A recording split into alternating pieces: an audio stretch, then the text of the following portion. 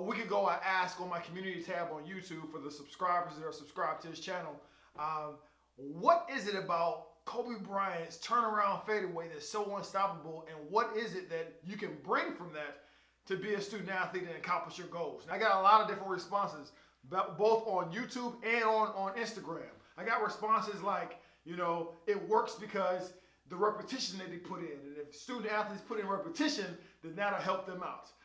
Then I had things like, his work ethic. If you have the work ethic, then that'll help you out. And both of those things are factual. Both of those things are real. But when I look at that fadeaway, and when I think about what you can take that's going to give you the right mindset moving forward as a student athlete, I think about the reason that move works is because how many different counters he has off of it.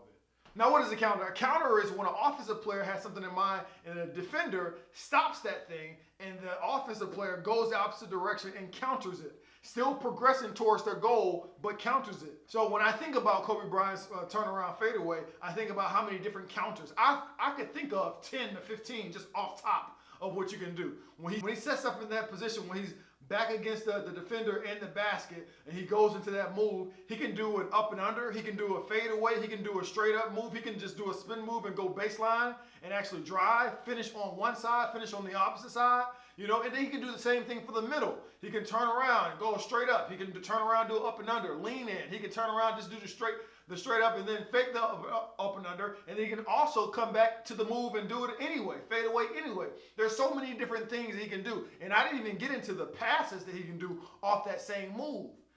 Now keep in mind, I didn't say a plan B. A plan B would be him saying, okay, I see the defender, he cut this off, what am I going to do? I'm going to throw the ball on the ground and get back on defense. How about that? That's a plan B.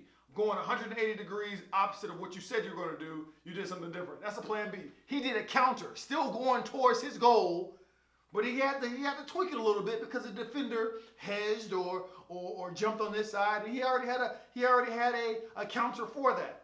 One of my favorite quotes is from Mike Tyson. He says, "Everyone has a plan until they get punched in the mouth." You're going to get hit in the mouth, metaphorically speaking. There are going to be some things that's going to go wrong. If you don't know that, let me just go ahead and tell you that now.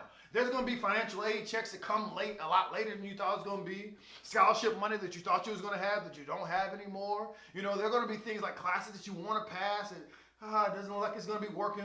Now you got to drop a class. Like, there are going to be things that are going to happen to you that is going to be off the grid, things you didn't even think about that you're going to have to counter and still progress towards your goal. It's a thing. It's got to happen. And I would venture to say the less amount of counters that you have, the quicker you're ready to go plan B and just do 180 and just go the opposite direction. So what I want you to do, come up with some counters beforehand. So when you reach that opposition, when you reach that doggone pressure, when you reach that defender that's trying to cut you off, you already have some counters in place. Say you want to be a physical therapist, you want to be a doctor, and you have to take all these science classes.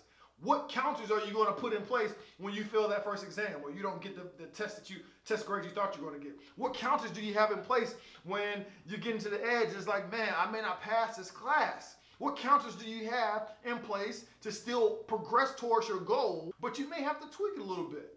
So let's think about some counters. Counters, oh man, I done got a D on this doggone test.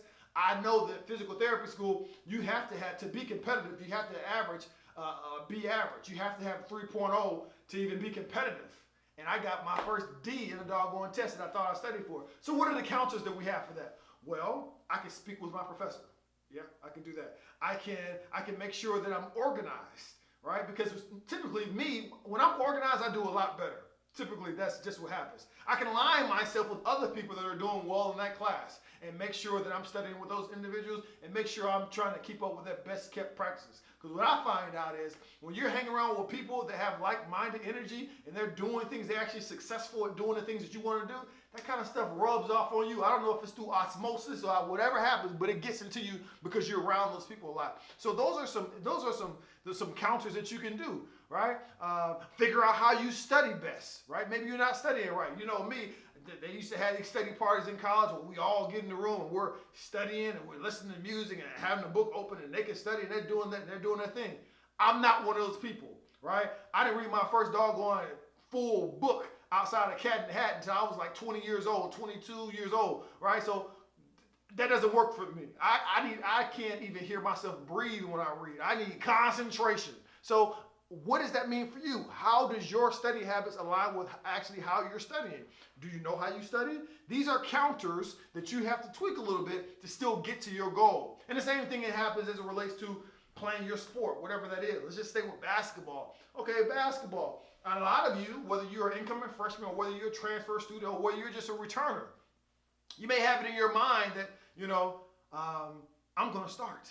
Oh, yeah, I'm going to start. The coach likes me. I was the man in my previous school. This is going to be amazing. This is going to be great. And then when you get in there and you find out that you're not going to play at all. The only time you're going to hit the floor is when you enter in the gym, when you exit in the gym, when we're doing warm-ups, or when you're helping somebody up because they got hurt. But you won't be touching the floor. Oh, no, you're not going to be touching it at all. And how does that make you feel? And when you're a senior, when you're a freaking junior, and the coach told you was going to play more, but I guess the coach got amnesia because you're not playing. How does that happen? What kind of counters do you have in that? Well, I'm glad you asked. Here's some counters. You can pout. You can be upset. You can trash the coach and trash your teammates. You can try to sabotage the whole team. You can talk bad about the program. You can transfer. That's a good counter. You can, what's some other counters that you can do? Did I already say pout? Those are bad counters. You don't want that. Those aren't counters at all. Counters would be, how about I talk to the coach? How about we actually reach an understanding of what role I need to play and what I need to do to actually help my team? What if I can make sure that I'm in shape, make sure I'm doing my part? Maybe that's a counter that can help me get towards my goal. I think it is. Maybe I can be the best cheerleader on the bench while I'm on the bench temporarily and make sure that I'm positive for those individuals that's actually on the floor. How about that? I think that's a good counter. Maybe I can make sure I take care of my body and I stand up all late and eating all this trash and make sure that I'm already taped, ready to go, ankle braces, all that stuff on before practice starts, and they're not waiting on me. Maybe the reason I'm not playing is because coach doesn't like my attitude. So maybe I can redirect my attitude and how I'm emotionally charged when things don't go my way. How about that? These are positive things that you can do that are counters. They're not backup plans.